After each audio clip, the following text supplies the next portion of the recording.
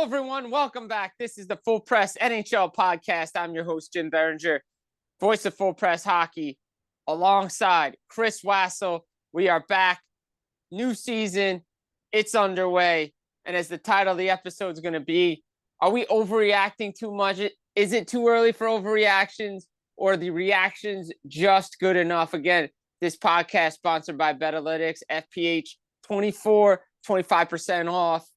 Monthly, yearly subscriptions. We've been hitting them, hammering them all season long. Season's underway. Follow along. Chris, welcome back, buddy. Hey, it feels good to be back. And yeah, this is the time of year where you want to hit the hammer early because obviously you go through some of your books and sites. Numbers are in your favor early. Early and often, hammer it out. Hammer it out early and often. And last time Matthew Tkachuk was in the lineup, I had said, take him, getting him assists. He hits big money. Everybody wins. Follow those guys. Those guys are great. We'll have more picks throughout the year. But let's get to it. Overreactions, just right reactions, not enough reactions. Let's got to start Music City, USA. You know, Double J, Jeff Jarrett, he's from Music City, USA. A lot of guys from Music City now. A lot of former NHLers down there living their life. Nasvhille Predators off to a sloppy start. Not very good. They finally get the dub against Boston. We'll talk about Boston a little bit. The Predators finally on the board. I think it's going to take some time. I think everybody expected them to just come out of the gates firing. And let's be honest, we probably should realize that this could be a Florida Panthers situation where it's going to take some time for guys to get used to a new system, a new way of doing things. And when you add 80 goals, that doesn't mean it's going to solve your goal scoring problem because they still can't score. Yeah, I mean, there's times where they just can't. And right. There's times where they've, how do we put this?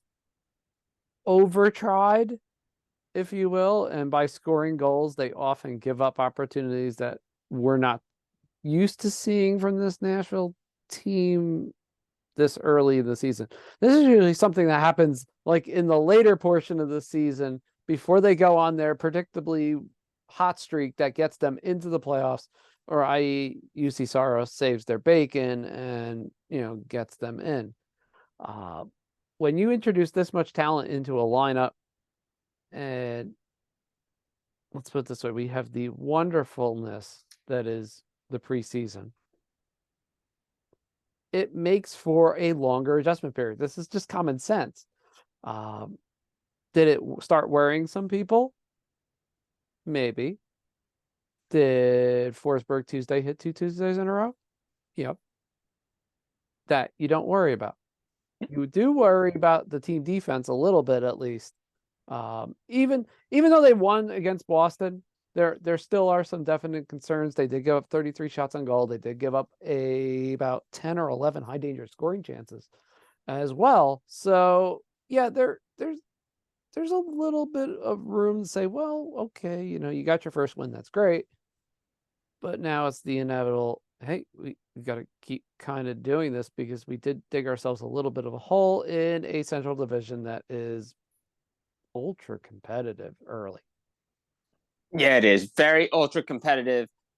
Predators, like you said, we bring in Brady Shea, we bring in Stamkos, Jonathan Marchessault, bring in Scott Wedgwood, keep Saros, so Alexander Carrier. Reports are Barry Trotz looking to get a center. It seems like everybody's trying to get a center. They don't grow on trees, folks. You either draft them, develop them, or sign them. And when a team does have that center, they like to keep them. Hard to get the center that you want. Hard to get really a lot of the top free agents that you want because, teams want to keep them, as we saw with Vegas, Shea Theodore, 7 years at $7.425 million a season. Mm-hmm. Nice little deal. It feels like to me, and again, I'm going to get some slack for this thing. This might be an overreaction, but it feels like this is the San Jose Sharks all over again, giving long-term contracts to the back end, and it could come and bite them in the butt, no pun intended. It could here. I mean, look, Man Game's lost to injury has not been Shea Theodore's friend in his career. No. And you're giving, let's see. All right. So let's do this in the fun. Oh God, what were we thinking way? So you're gonna have Shea Theodore around for how long now? 7 more years. 7 more years. Okay, so it's a 7-year extension, kids, which means, of course, grumble, grumble, grumble. He's going to be around for long enough to qualify for seniors. No, not quite senior citizen benefits, but it's going to feel like it with the amount of injuries. He can't stay healthy. We No. mentioned this 20 million times. When is the last time Shea Theodore has played a relatively full season? Anaheim, maybe. No. You'd be surprised. Now, remember, because of COVID, that was the only season that he played a full amount of games. Okay. Played 71 games. Right. So that was 2019-20. The season following the wackadoodle, bubble 56 game schedule, he was also healthy in the following year. It really has been the last 2-3 seasons where he's just had a myriad of all these like strange sort of like it feels like it's lingering forever type of injury. Not on a certain wingers level, also on that team, but nonetheless, injuries that don't bode well when you sign a 7-year extension that's basically going to rough math age 37 almost. Well, that's what their defense 36 and change. Yeah, but Pietrangelo signed long-term. Hanifin signed long-term. Now you have Theodore signed long-term. The aging up front too. It's great they're signed, but San Jose had this problem too. I mean, I know Vegas still got to sign Aiden Hill. He's a free agent. Let's see what he commands. I don't know if he's going to go with the 5x5, deal either, because he's making 4.5 now. He's probably looking for 6-7 million. The way Swayman and Omar and what Shesterkin's doing with the goalie market and Ottinger too. Mm-hmm. I don't think he's going to be in that range, but you could see him making 6.5-7 million on another deal, especially if he continues to play well for Vegas. Right. People have to remember too. Pietrangelo turns. I still can't believe this. Turns 35 already in January. Oof. Sometimes you don't realize it and then you do, but it's kind of like just something that sits in the back of your mind. Yeah. And with a lot of these players, all right, one bit of good news for Vegas, to be fair, William Karlsson is expected to return this weekend. All right, that's good. That's a good piece of good news. Yeah, they need that considering he was out due to and I love Vegas for this in a way, a mysterious undisclosed injury, which if you had looked in early October with Vegas's injury report, you saw a lot of undisclosed. Yeah. A lot of undisclosed. In this case, Karlsson's injury was believed to be a lower body injury.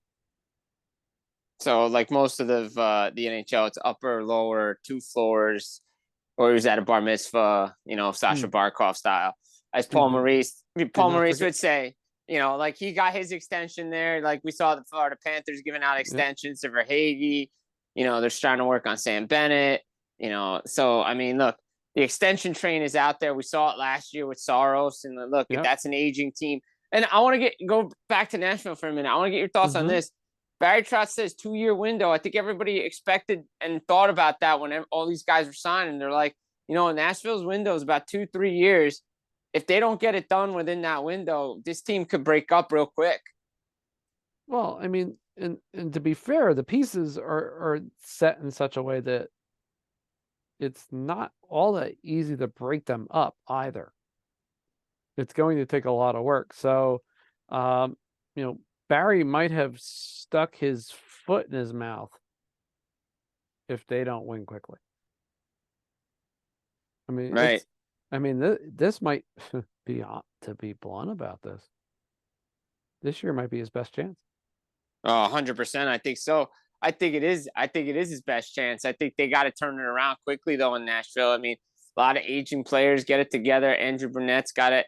There's a lot of hot seat noise for him. It's too early for that. That would be an overreaction. Like we saw it with Edmonton last year, and again, we have to remind people what St. Louis did, what Edmonton did is so rare. You don't see that every year. If you dig yourself such a hole in October, it's really, really hard to come back from.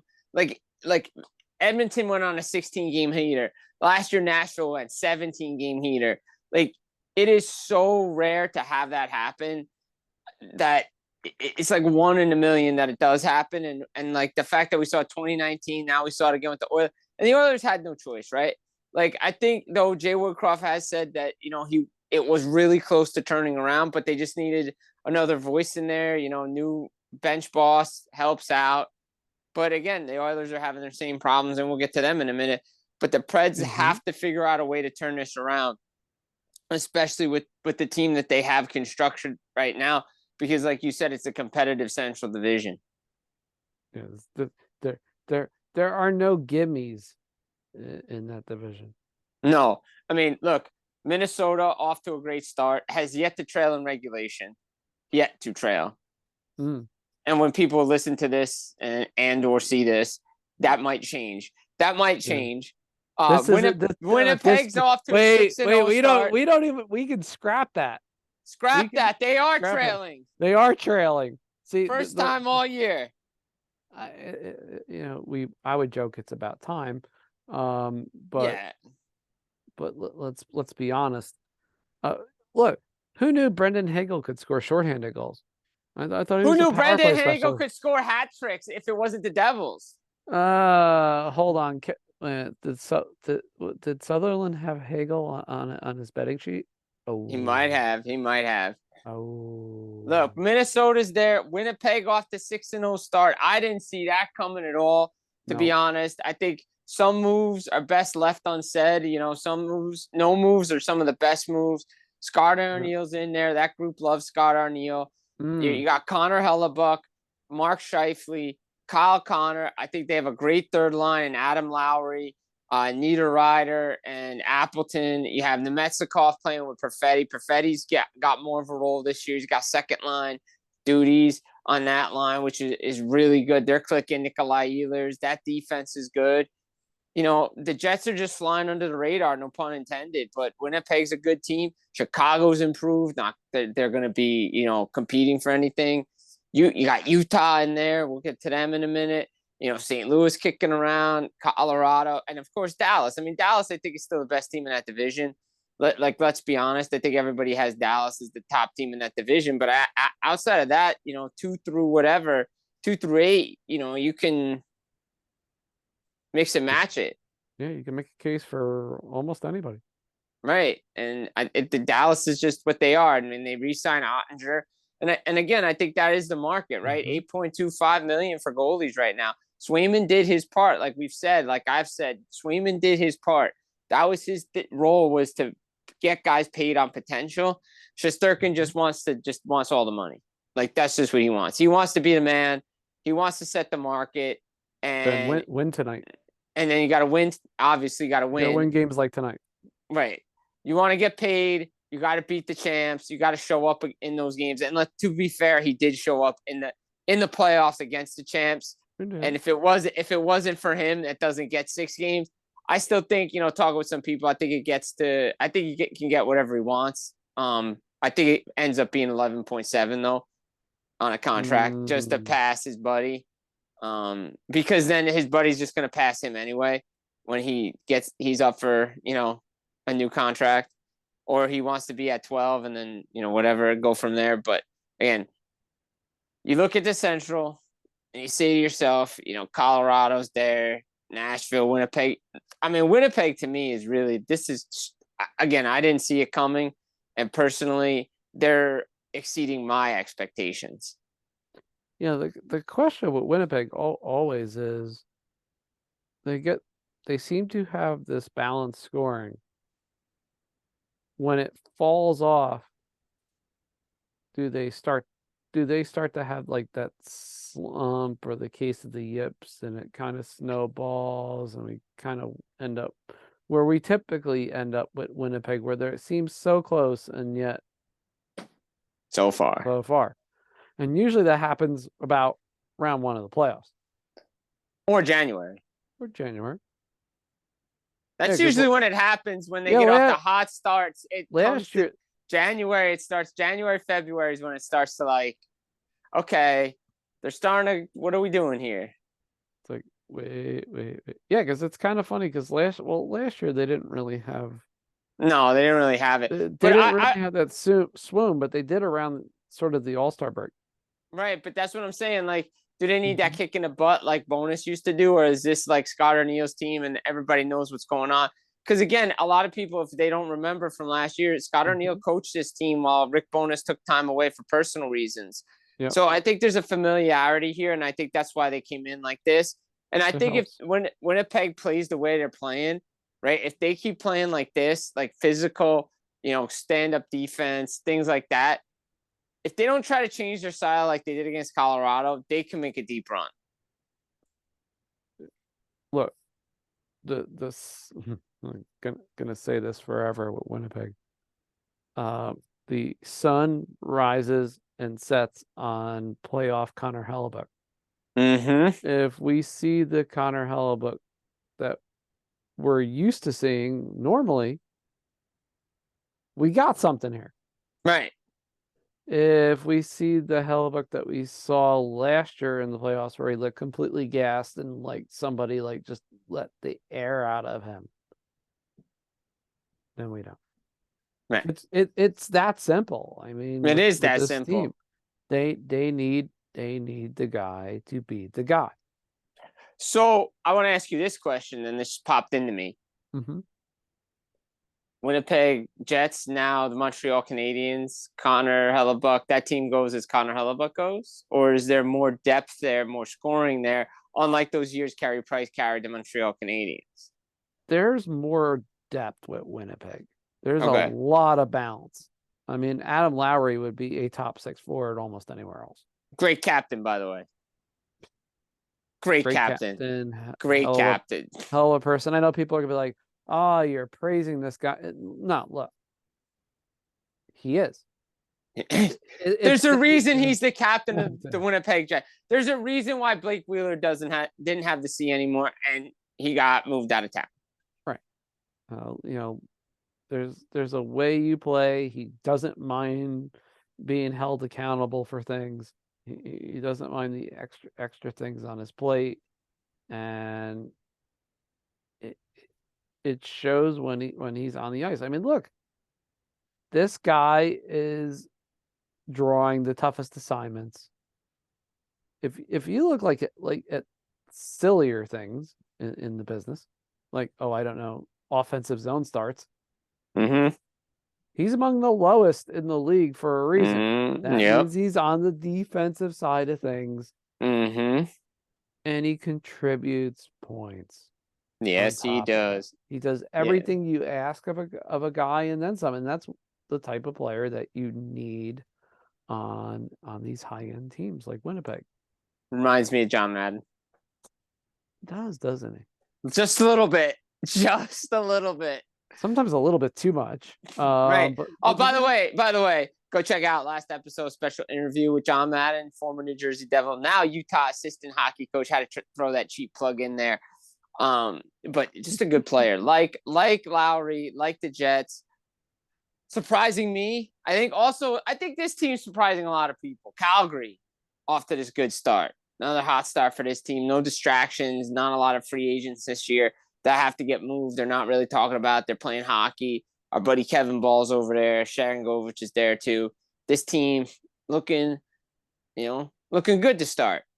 Hey, when does Sharangovich come back in? When they lose? I guess that's obviously the injuries and such aside. Rough one for him. Obviously, because I forget who was talking about this last week with him, and the first question they asked was,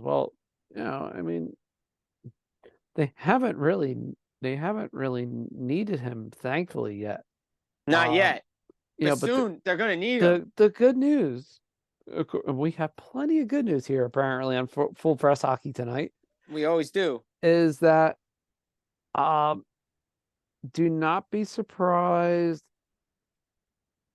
if you see Sharangovich sometime in the next week to 10 days. That's good news. So he That's has been very good news. He's been upgraded to day to day. So questionable. So he is going to start practicing more in earnest, and eventually, I presume, he'll eventually shed the no contact jersey. Yep. Look, we went through this with certain players where we were like, oh, they're coming back. I mean, Lindgren, it took 10 days to come back. Oh, I mean, look at Brett Pesce and Luke Hughes. He had a no contact jersey for 10 days. Pesce and Hughes, what was it, about a week? Yep. So more than that. Yeah, more. If you think about it, because technically, yes. Because I mean, obviously Luke Hughes wasn't going to be ready for the season opener, but there was expectations when the Devils got back from Prague that Brett Pesce was going to be in the lineup for the season home opener. But little birdie told me that he had a little bit of a setback. Squeaky. But, going back to Sharangovich, it's good to see him back there. Craig Conroy told me at the draft that he was very happy with Sharangovich's play, very surprised by it, but he loves what he brought. There's a reason they gave him the extension. There's a reason he almost potted. I believe, actually, I think he got close to 30 goals if he didn't hit the 30-goal mark. Like, he's a good player. And the right opportunity for that team. Same with Kevin Ball. Like, these guys are coming in and playing well for a Calgary team, and maybe they don't get the opportunities in New Jersey, right? Jonathan Huberdeau's off to a good start. You got good goaltending with Dan Vladar and Dustin Wolf. Look, do I think it's going to sustain? No. I think the division's going to flip. I think that the good teams are going to rise. Like Edmonton, who, again, doesn't know how to start a season. I mean, I think that's just a hangover. I think that's the Stanley Cup hangover. I think they just got so close. But I will say of the Alberta team, I do think while they did everything right, I will say, and I understand why they didn't do it. Mm-hmm. You want to maximize cap space. I get it. I get it.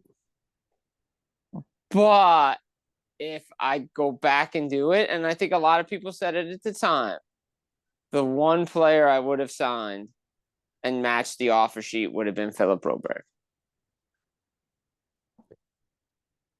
Yeah. And yes. I think that would have been the one guy I would have done. Because I saw him personally in a Stanley Cup final. Full Press Hockey was there. And he looked really good on the defense. It was like he comes in, he settles everything. I think he has a point in every game for the Blues to start the season, if not close to every game. Well, close. I think maybe one or two games he doesn't have a point in. Yeah, we jinxed him against Winnipeg, apparently. All right, so apparently we jinxed him against Winnipeg. All right, whatever. But still, I mean, and then both guys score against Toronto. So go figure. Holloway and Broberg. I think that would have been the one. And I understand the hesitancy not to do it because of the salary cap hit and the Draisaitl contract and what's to come. Right. However, I still would have done it on Broberg because you moved the necessary pieces out to do it. And then you didn't do it. So it's like you should have did it, but didn't do it. And now you wish you had gone through with it. That's Ken Holland for you. But he's not there. But it's Stan Bowman. So, yeah.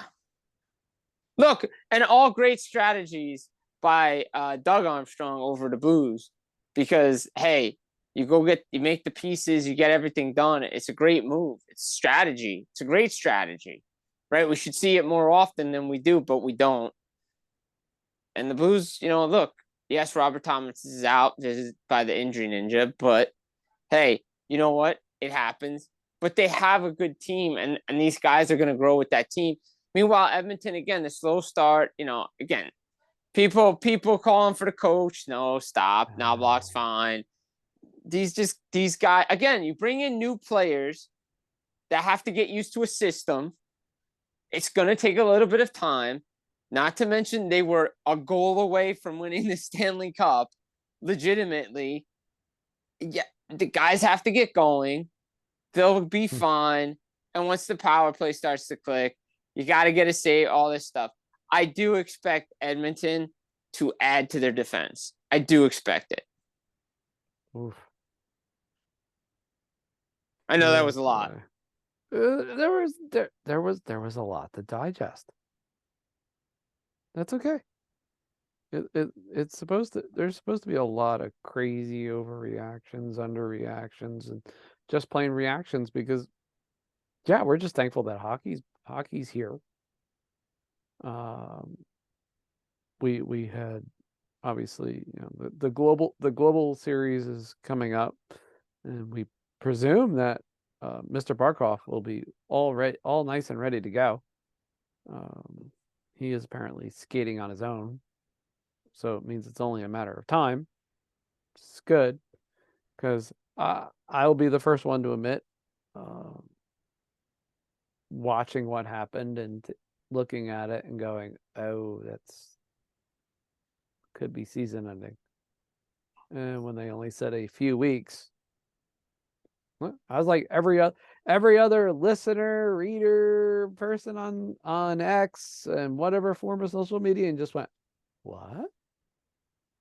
Okay, that's awesome." Obviously you're playing against Florida, not so awesome, but look, from a hockey community perspective, anybody who has experienced that type of collision into the boards knows or has dodged a major injury via hitting feet first, knows how close they truly were to something that was far more heinous and far worse. Yep, it was. And look, Florida hasn't missed a beat without him in the line. No, I mean, look, but that's why Baby Barkov's there. Lundell has really stepped up in his absence. I think he's embraced the role a little too much sometimes. I think so. But you know you what? needed that from him because he just got that extension. You needed that from him. And isn't it crazy? It's like just these players that it's like, oh yeah, that's why we keep them around. It's like we pay him kind of the semi big bucks, and semi big bucks. Then Reinhart gets the big bucks. And then Hagee's got decent money. Bennett's gonna get paid. Bennett's gonna get paid. Everybody must get paid. Everybody must get paid, right? Everybody must get paid. So we'll see what Florida does, right? Like everybody's gonna get paid there, right? I think that's it seems like they're gonna try to keep that band together down there in Florida. We got goalie issues. Colorado, Pittsburgh. Tristan Jarry's back in Pittsburgh working with the goalie coach. I gotta wonder when waivers comes. I think they've tried to do it. Don't know why they haven't done it. Send him down to the minors to work on his game. I mean, it's Nedeljkovic and Blomqvist right now. So, but that's a structural thing in Pittsburgh. That's more of a structural thing in front of their goaltenders. But Jarry has been an issue. Like, you can't give up 3 goals and 5 shots. Like, that can't happen. No. There's been a lot of problems with him. But look, we've known this. Yeah. This has been going on since that Islander series where everybody just in Pittsburgh wanted to and then they gave him a 5-year extension. Wait, didn't they give him the 5-year extension after they lost to the Rangers? Yeah, in a technical sense, but I mean the part that really kind of just I don't know, for a lack of a better term, sort of stirred the pot was that Islander series. But you're right. Yeah. I mean, but the thing is with Jarry is that year, all you heard was he's out. He's not coming back. Everybody who was connected with the Penguins said he's not coming back. I heard it. You heard it. And then he comes back. But that wasn't a Kyle Dubas decision. That was a coach saying, I like Tristan Jarry. Right. The problem was he hadn't been good. Yeah, he was great in Game 7. They still lost. But he wasn't there the rest of the series. That was the Domingue series. And then Rangers got to everybody after Crosby went out. So I just don't understand it. And with Pittsburgh, and we're going to watch it at Pittsburgh together here. With Pittsburgh, to me, they should have started their rebuild a few years ago when it was pick Letang or Malkin, not both. Meanwhile, Washington's realized, okay, well, we gave bad contracts to guys that have injuries. We'll just use their space to get better and retool around Ovechkin and still try to make the playoffs. Because, again, I said I always liked Washington, what they did in their offseason. And a lot of people were like, oh, they're not a playoff team. Well, they're in the Metro Division. They know how to beat teams. Like, this goes back to years of the Patrick Division. They still know how to beat the Islanders, the Rangers, the Devils, Pittsburgh, Philadelphia. Like, they still know how to beat those groups of teams. They figure out a way to do it. Their additions of Mangiapane, Dubois, Thompson, Roy, Chikrin, like, they have Strome. They have guys that can do things. Tom Wilson's got a bigger role. Like, he can score goals. You look at Pittsburgh and you're just like, they're an old team. Yeah.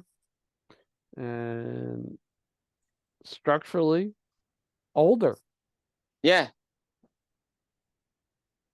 That's why when people screen for a certain coach to come to certain places, no, don't do it. Don't do it. Now, I don't know how people couldn't see this coming with Jarry, though, especially given last year. Think about this for a second, people that are listening to this podcast. So, yeah, Tristan Jarry had 6 shutouts last year. Georgiev had 38 wins. Big deal. That's the biggest thing that has to be said here. Also, the simple fact, despite all this, a goalie that was on a team that probably should have snuck their way into the playoff. Well, I've heard this before. With Pittsburgh, that couldn't get in the playoffs because Washington did. And Detroit was ahead of them. And they couldn't beat bad teams. They couldn't beat bad teams. And you had a goalie that, despite that, this is where it gets funny. 60% of his starts were quality starts. The problem is the guy had 12. Yeah, that's right. 12 really bad starts, where he had either an .850 save percentage or gave up 3+ goals within a certain time frame. Let that sink in for a second. He literally was the truest definition of all or nothing, and yet it turned out, Jim, dead on average. Yeah, which average goaltending was never getting Pittsburgh in the playoffs. No, it wasn't. Average goaltending doesn't get you in the playoffs outside of Colorado when you protect your goaltender. Right. And Pittsburgh doesn't have the team to be just average because they have aging players. Malkin, yeah, he's great, off to a good start. Crosby signed that extension. Where's Crosby? Father Time maybe catching up with him? I don't know. Or is his heart just not in Pittsburgh? You know what? Does he just realize that it's just not there? Like, maybe I should have waited? Is he having second thoughts now? It really does make you wonder, though, at times. Like, from a almost a game-to-game standpoint. I mean, obviously, up in Alberta, he's been pretty good. I mean, yeah, he probably should have had more than just an assist against Calgary. Yeah, I mean, he loves playing against the Flames. He loves playing against the Flames. He played well. He played well in that Winnipeg game too. and the chances just didn't go. But there's some games where it looks like look, I know this sounds hard to believe, but the game in Montreal in particular, where it was kind of like,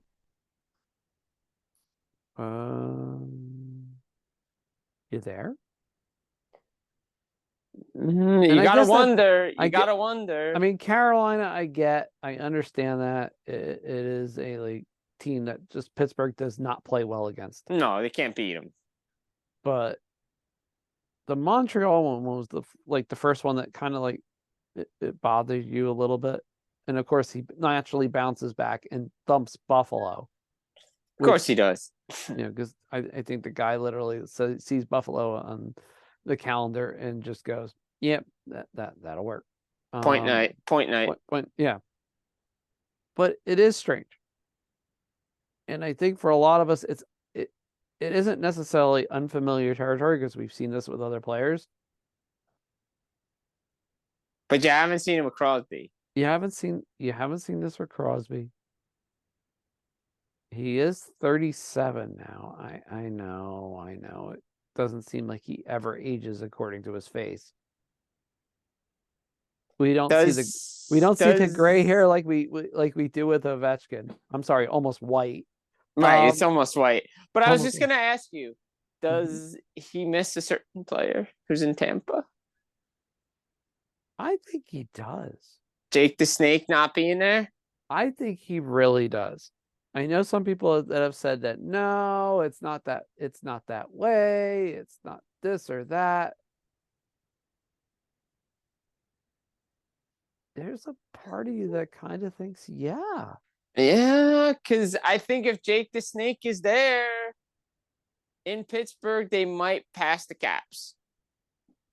Yeah. Maybe. That's one of those moves that I still don't get. No, I don't get it either. I don't get it. You had Jake the Snake, could have locked them up.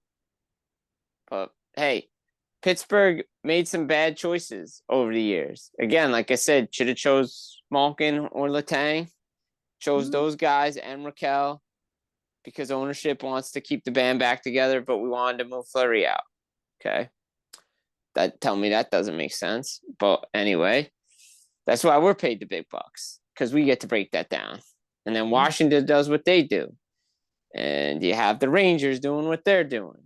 They still can't beat the champs. They figure out a way to beat the champs, even though the champs are shorthanded. But like I said, the Rangers, to me, you look at the division, it feels like they're the best team in the division. Everybody's looking at Igor, Lafreniere, what they're going to get. Look, I've said it. I think Igor can get whatever he wants.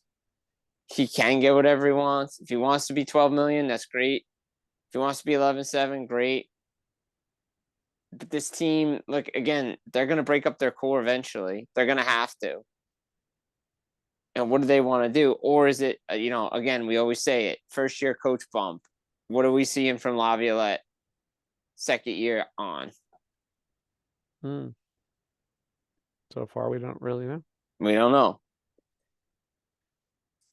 And then there's our team in New Jersey, the Devils, that we follow very closely, and we don't know. We have no clue. It's October. It's October. You don't know about a lot of these teams, overreaction, underreaction. Again, I'll call it the fan base. I have no problem doing it.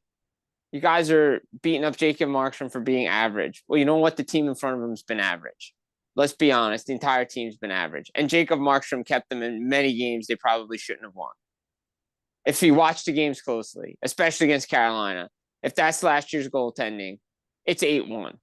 He's made the saves he's needed to make. The defense in front of him and the team in front of him lets him down. All right, DeBrincat, whatever, 2 goals in 25 seconds against Detroit. All right, that's a good shot by a good player. But that's a bad turnover that you can't have. That leads to the goal. The goaltending has been fine. It's the team in front of them that hasn't been fine. And it's easy to say it. Nobody wants to admit it. Everyone wants to say we're, Crosby's been in Pittsburgh. Well, where's Jack been? You know? Okay, 3-point night here. How come he's not dominating? I know you're going to sacrifice offense to play defense, but he's not a center. He's never been a center. He's a winger. Like, let's face the facts. Am I wrong? No. I'm just Not saying. at least. I'm just saying. I mean, look, to me, I think he's a winger. I think you need to get a center in there, but the centers are hard to come by. You can't trade anybody. Nobody's trading anything, right, Chris? Right, I said it. Nobody's making moves now. Yeah. You got what Utah looking for players, Calgary, Chicago, like everybody's Montreal looking for players. Nobody's doing anything 10 games in because nobody knows what they have. But I see the same problems I seen last year with New Jersey that I'm seeing now. Structurally in front of the goaltending, it's a problem. Dude, where's the compete level? That's an issue. What happens when the games get hard? I was out in a space today with one of our new guys, David, right? He's up in Montreal. He's going to help us out a little bit doing some Montreal stuff. I asked a question. I said, okay, I'm looking at it, the compete level, all this stuff. What's going on here? Why can't they handle the tough times? Is it because they think is it going to be like 2022, 2023? Like, is that the mindset in that room? Because that's the problem if it is. When they went on that 13-game win streak to begin that year after the fire Lindy chance. If you think it was going to be that easy, then you're in the wrong business. Sorry. Yeah. Expectations, kid. That's the reality. Right? Tom Fitzgerald did his job in the offseason. Everybody knows what the expectations are this season. I'm not saying win a Stanley Cup. It's to get back to the playoffs. Sorry for the long rant here, but I mean, I'm just saying it's just like you're seeing the same issues that you saw the last couple of seasons.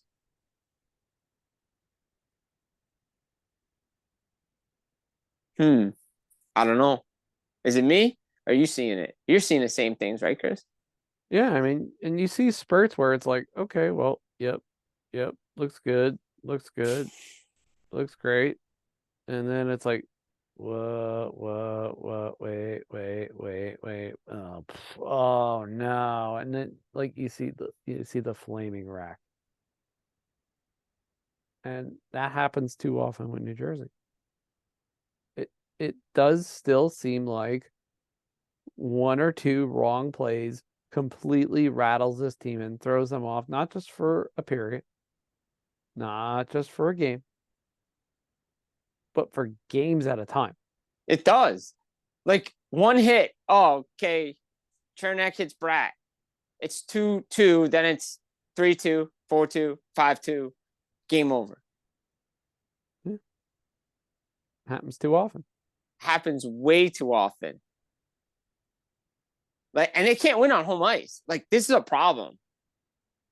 It must be a New Jersey thing. It was never a problem at the old building. That was never a problem. All right, so jokes and urban legends aside, maybe not. The Prudential Center, in a technical sense, because yes, next Thursday is Halloween.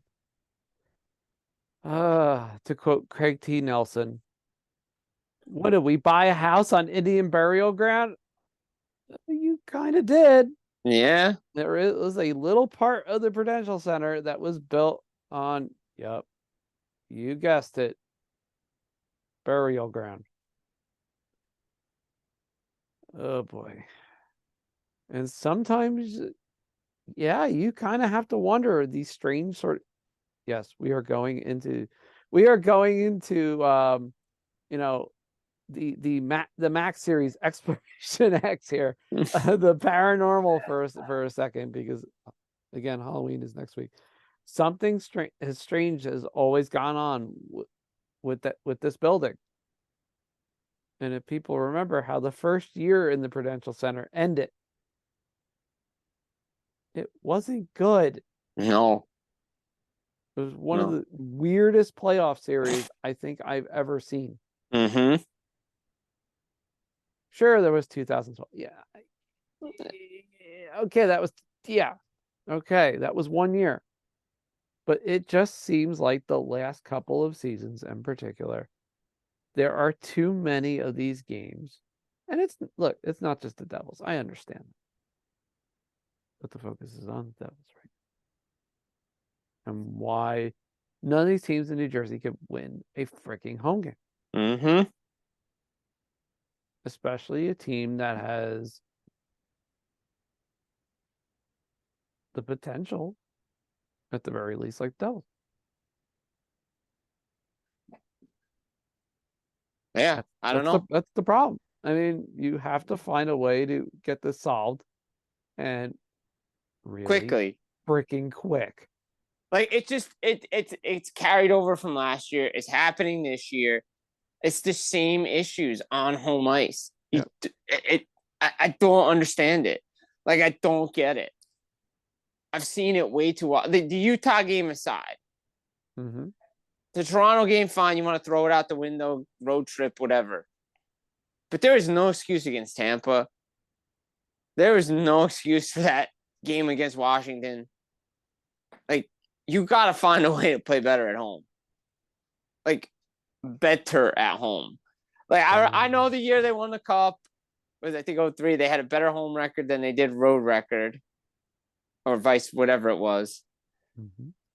And then, like, 2000 was weird. Like, they played better on the road than they did at home.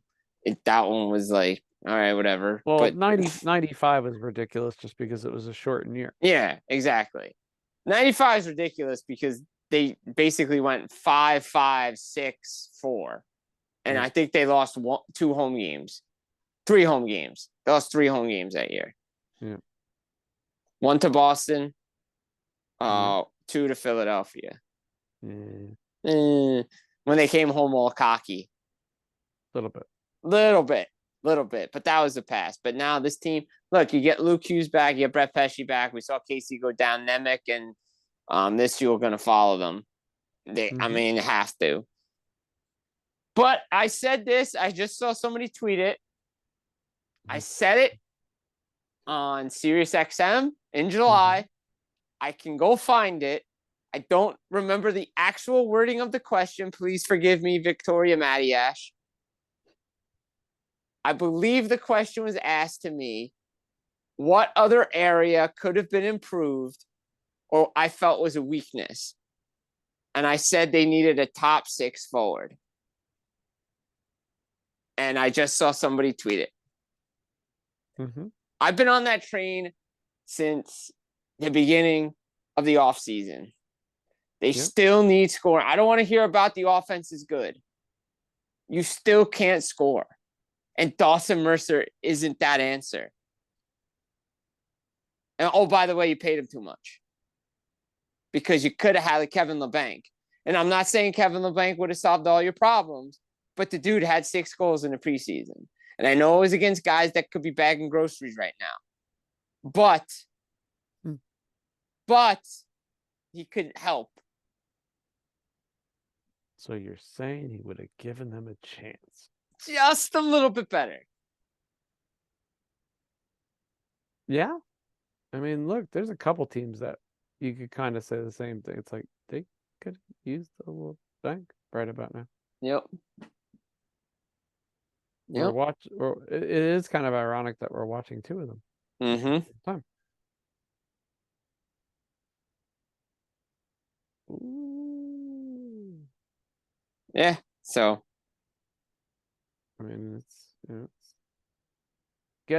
it's getting interesting early. Obviously, the Frozen Frenzy on Tuesday was a blast. It was. I liked it. Look, I liked it. Did your TV or streaming device get a little overloaded and overheated at times? Yeah, probably. Yeah. I mean, I was watching our boy Kevin Weeks live from Prudential Center. I had it on the tablet. By the way, shout out to ESPN on the tablet. And if you were watching Frozen Frenzy, the channel, like just the wraparound, you got the TSN feed of the Rangers and Canadiens game, and then you got the Detroit feed of the Islander game. That was interesting. That was cool. I like that. Well, because the area. Right. I like the unexpected twists that you were getting with the wraparound channel. Did I like the fact that I had to stay up till 1 something in the morning? Actually, no. Yeah. No, I didn't mind it. No. In a way, it made things easier to watch. I could follow through the glorious multi-view. Right. Since I patched it into the Apple TV, Apple Plus. Cash. Cash. Because when I did away with the Fubo, I had to come up with something. Right. For multi-view, and thanks to Apple Plus, off the Chromecast, by the way, so you could bounce it and then bounce it again. Ooh, I like it. Which it does make a little bit more of a lag, but I'm not gonna cry over a few seconds. I'm really not. And I've said that to people. It's like, what's the difference? You're watching the game anyway. You're not going to sit there. Is it nice to follow it on social media? Yeah. But yeah, this was one of those nights where you sat back and you just wanted to watch the game. Yeah, exactly. And the wraparound allowed you to do that in a way where it's like you could watch that and then watch what game you were watching, the Devils game, or whatever. I mean, I knew people that were like using their tablet at the Prudential Center. I did. I used mine.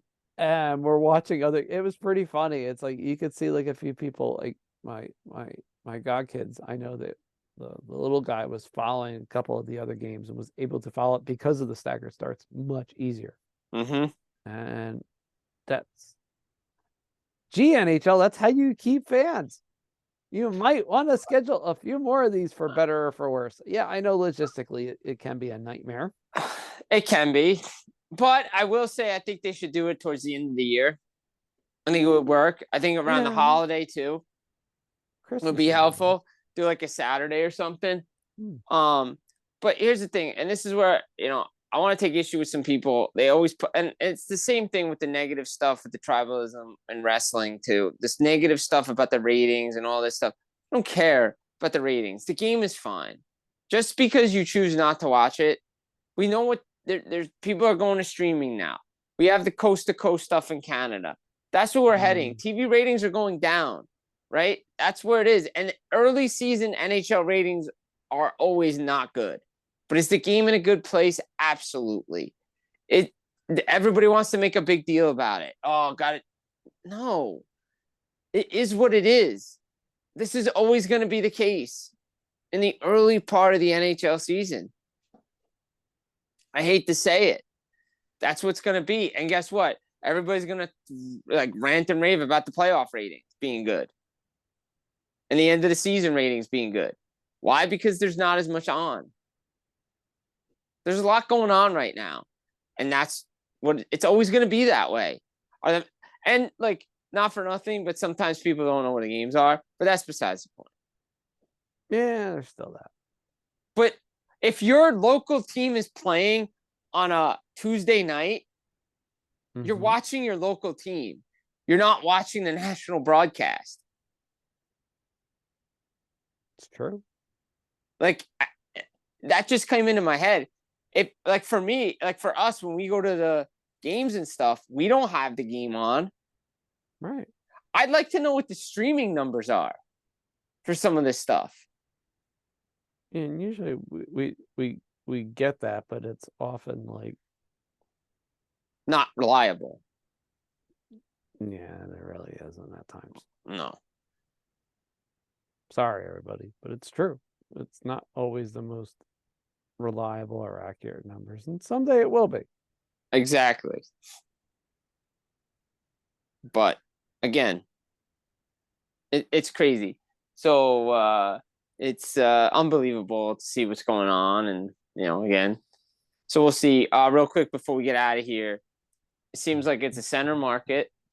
Team, like I said before. Well, Utah doesn't want to upgrade on D yet, even though Sean Durzi and John Marino are out a long time. Durzi, 6 to 8, and he's out. And Marino like 4 to 6, 3 to 4. Yeah, it's gonna be at least the All-Star break problem, right, for him. So they want to see what their internal options are. I would not be surprised if they try to go after a defenseman sooner rather than later.